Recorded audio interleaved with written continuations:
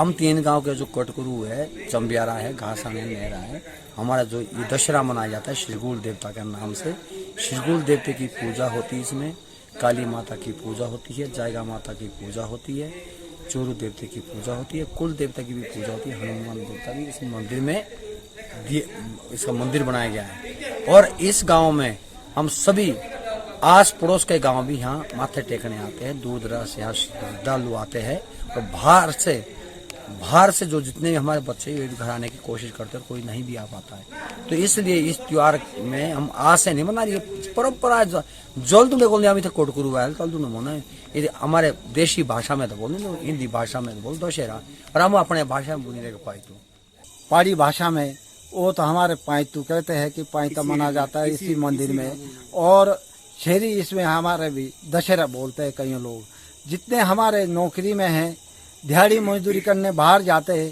School के बच्चे हो चाहे शिमला में पढ़े, कोई देहरादून में पढ़े, पौंठे में पढ़े, नाहन पढ़े, सिलाई पढ़े, सब हमारे घर में आ जाते हैं इस दशहरे के लिए। हमारे ये त्यौहार सबसे ज़्यादा मनाते हैं इस गांव में। और जिनकी मन की इच्छा पूरी नहीं होती वो भी यहाँ इस मंदिर में पूरी हो जाती है। जैसे किसी के पास आगे कईयों के पास जैसे संकट आते हैं यहाँ कि बच्चे भी नहीं होते, इस मंदिर में आके माथा टेक के वो अपने भाग विचार काट के जो होता हमारे पहाड़ी भाषा में कहते हैं कि हमारी दवा अगुसोनिया से वो हिस्सा भी पूरी अशबीज दे देता है ये भगवान।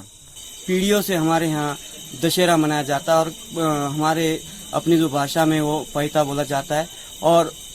इसी गांव में मनाया जाता है। और हम ये जो भंडारा ये 6 साल से कंटिन्यू चला रहे हैं और जो इसी मंदिर में हमने शुरू किया है। और ये हमारे मंदिर के पुजारी भी है और इनमें देवता भी आता है और जिनकी भी समस्या होती है हम यहीं निपटाते हैं देवता के साथ। और मैक्सिमम जिनके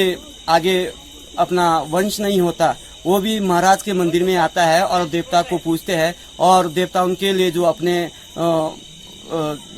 चावल जो देते हैं उससे उनके 1 साल के लिए उनके लिए देवता बोलता है कि 1 साल के अंदर अंदर हम आपको संतान दे दें, उसके बाद आप हमारे मंदिर में आना। और मैक्सिमम लोगों के पास इस तरह के जो दोष होते हैं, दोष के कारण से जिनके पास बच्चे नहीं होते वो मंदिर में आते हैं और उनके पास जब संतान होती है तो खुशी खुशी से वो अपने जो उनका श्रद्धा होती है वो मंदिर को चढ़ाते हैं।